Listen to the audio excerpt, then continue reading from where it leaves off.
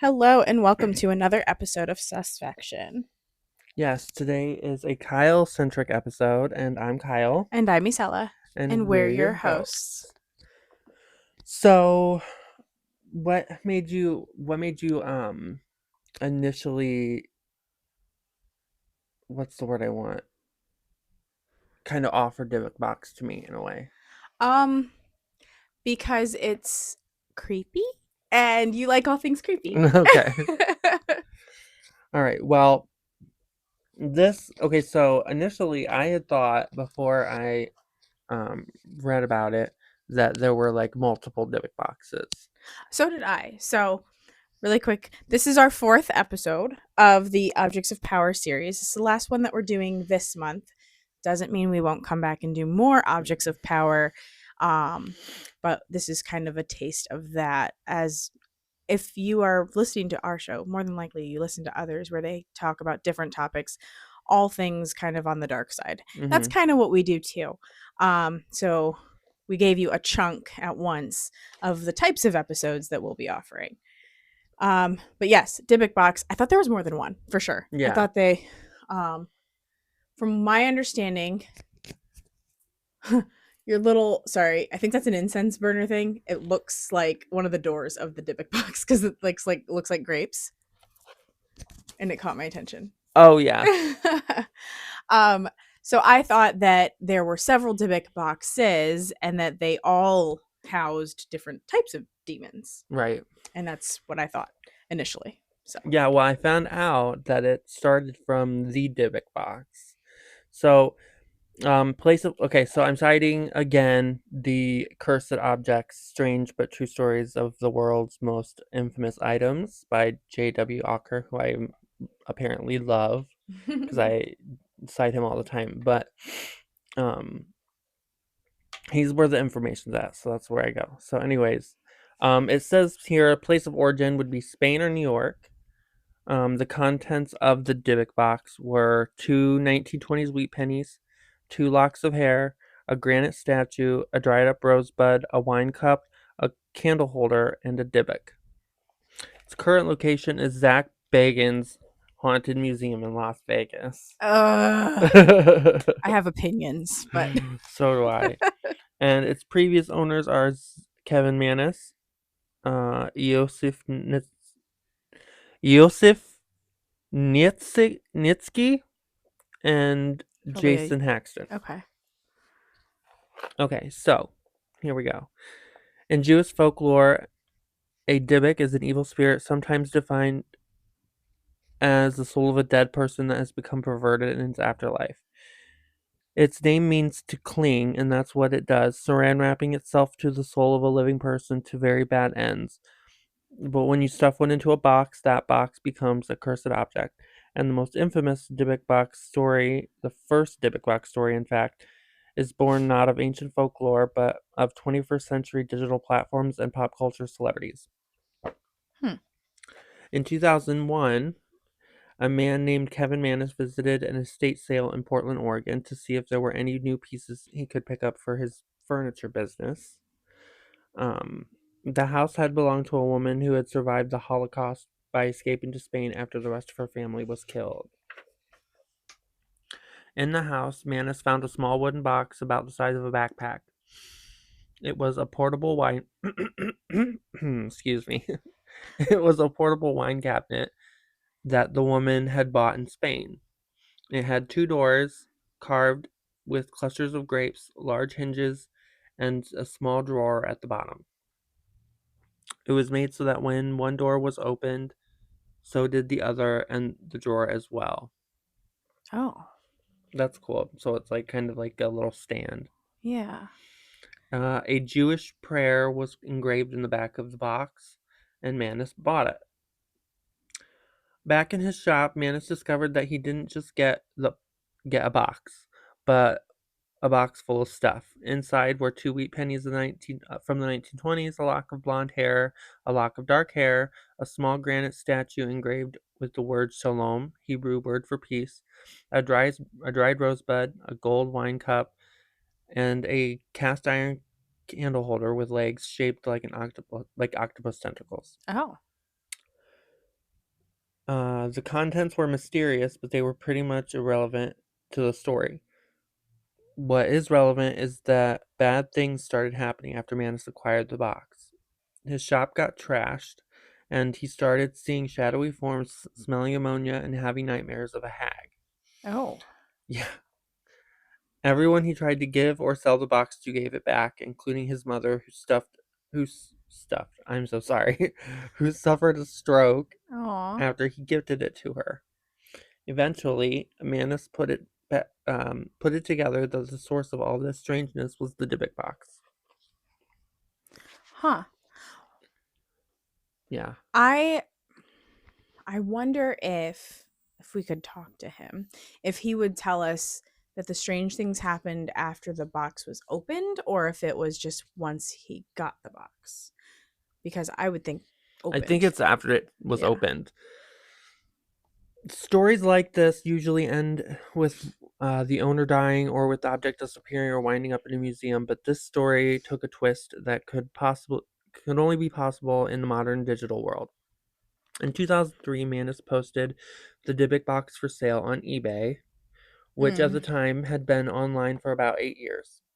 In his description of the item, he went on into extreme details about his suspicions concerning the box and admitted that he was hoping somebody more knowledgeable than he about the paranormal could take it off his hands. He didn't even put a reserve price on it. The beat up old box full of strange ritualistic items sold for $140. Oh, The buyer was a college student in Missouri named Yosef Nitsky. okay. Whether Nitsky was an expert on cursed objects or Jewish ghosts or wanted it for the story or heck to store wine is unclear. What is clear is that what he recounted happening to him after winning the high bid on the Dybbuk box. Mm. According to Nitsky, he and his roommates began to experience various annoyances such as having sudden allergy like symptoms, detecting strange smells, struggling through extended periods of torpor. I don't know what that means. I don't We'll have to either. look it up. And noticing their electronic devices dying often. Torpor, Torpor. I wonder if it's Yiddish. I wonder.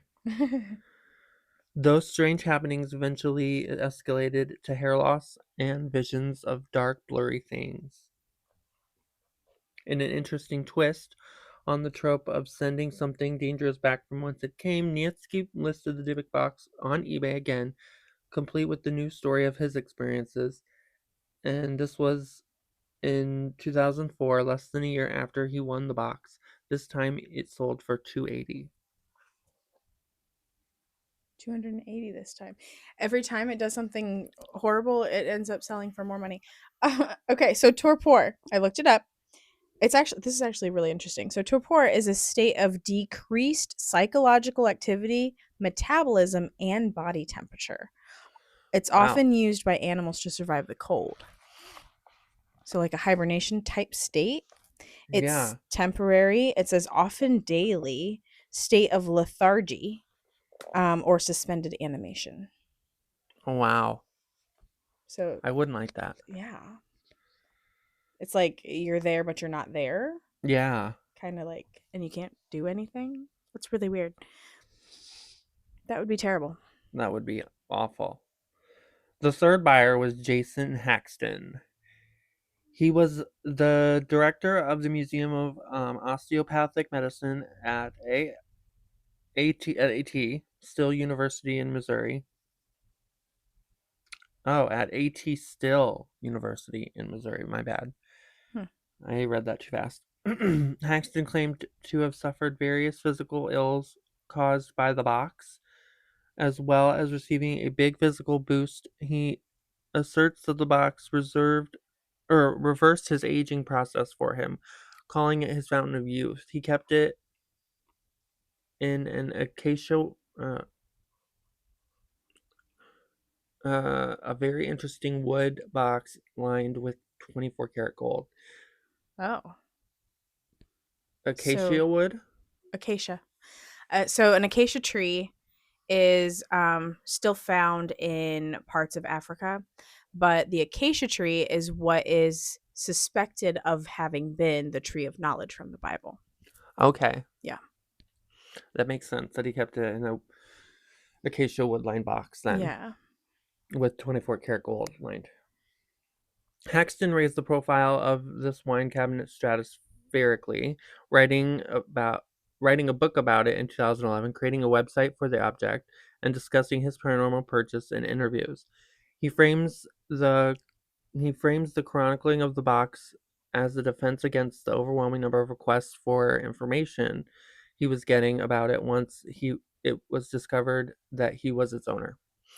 The Dybbuk box's reputation grew, and its story was fictionalized as a 2012 horror movie called The Possession, based in large part on the 2004 Los Angeles Times article about the box by Leslie Gornstein. Okay. The movie credits include production consultant nod to Kevin Manis, the owner who originally put the box on eBay. In 2017, Zach Baggins, star of paranormal reality TV The Ghost Adventures. I love that you said Baggins instead of Bagans. I thought it was Bagans. It is. Okay. I'm just not giving him the satisfaction of being pronounced correctly. Okay. um, where was I? Okay. He bought it for his haunted museum in Las Vegas. For more on the haunted museum, see page 184. Okay, well, we're not doing that right now. One source states that Baggins called or paid $10,000 for the infamous box, a price that is in line with some other high-profile purchases for his museum. Moral of the story: invest in cursed objects. The Dybbuk box became the star of Megan's museum. It's featured on paper tickets alongside the words "the world's most haunted object." Inside the box gets its own room where it's displayed and imprisoned in a glass case under a spotlight surrounded by a protective double ring of salt and dried sage. Oh. On on the book on the writer J.W. Auker's visit, um, the tour guide pointed out the place where the salt is disturbed and noted that the doors to the box have become ajar of their own accord. The gold-lined case Haxton kept it in is off to the side in its own glass case. Oh. The final twist to this strange story involves the rapper Post Malone, who encountered the Dybbuk box while guest starring on an episode of Zach Bagans' show Ghost Adventures in 2018. I haven't seen this, and I love Post Malone. I haven't seen any of the like recent stuff, I guess. Since he opened his museum, I haven't watched any of that stuff. I haven't seen anything about the museum because I don't watch any of it. Yeah. But I don't like the way he talks to the spirits. He seems to be very disrespectful. yeah. And so because of that, I don't like watching his stuff. Yeah. Because I don't feel like He's that's a meathead. yeah, I don't think I'm that's sorry, the way he you should just be is. approaching He acts like the a dumb afterlife. jock Right. when he's talking to ghosts, and it's Yeah. just crazy to me. Post Malone suffered a series of high-profile misfortunes, including an emergency landing in a plane, a car accident, and a burglary. Not too long after, Baggins released infrared security footage showing Post Malone in the museum's Dybbuk box room. The clip has no audio in it. The rapper seems disturbed and eventually shoves Baggins out of the room. The implication was clear. Post Malone was the latest victim of the cursed Dybbuk box. Oh. Of course, another element of this story that's worth noting is that there's no such thing as the Dybbuk box before Manis's eBay listing. Sure, there were Dybbuk folktales, as sure there were boxes, but Jewish mythology had no antecedent for this evil genie in a lamp type story. Okay. In addition, a writer for Skeptical Inquirer magazine named Kenny Biddle has uh, has posited and shown considerable evidence that the box is too small to be a Jewish wine cabinet and is instead a mini bar manufactured in New York in the mid 20th century. Oops. Hmm. Still, that is no less um, strange a starting point than the Holocaust survivors' estate sale for a strange journey for this wooden box. From odd eBay listing to silver screen to cursing one of the country's top music performers, the Dybbuk box has ascended to pop culture infamy. As a result, there's always a Dybbuk box for sale on eBay, so you could buy one today if you dare. So that's what is written about the Dybbuk box. So I thought it was cool that it was kind of like a one-time thing Yeah. and that it has modern history. Right. So I had posted on the reel a bunch of pictures of the Dybbuk box. In the reel, you can find it on our Instagram. But they, the way that I set up the reel is that you see the box closed and then ajar and then open and then you see a picture of the dark spirit wrapped around another soul as Oh, it's cool. like pulling it through life. So I wanted to like tell the story of it in the reel. So, you can kind of get a little bit of an idea of what that would have been like. Um no, I think that's really interesting. So you're saying that they dated the object and it's not as old as they thought it Right. was originally. Okay. All right. Right. It's mid 20th century, not like from the Holocaust. Okay. Well, I mean, that's still, even if it is mid 20th century, that's still like what, 1950s? So it's a little older or a little newer. It's like Yeah. about 10 years newer than what they thought it was, which is still And it was from it was like a New York hmm, probably made based. in New York. Yeah. Yeah, just a mini bar. A wooden mini bar. Yeah. Not a wine. It looked really small to be a wine cabinet. I'm Yeah. like, what wine bottle fits in there? It didn't look like it could hold a wine bottle, at least not a full size one. So, No, not at all. but So, but that's what I got for the Dybbuk box. Anything? Do you have anything else? no, I didn't do any research on the Dybbuk box.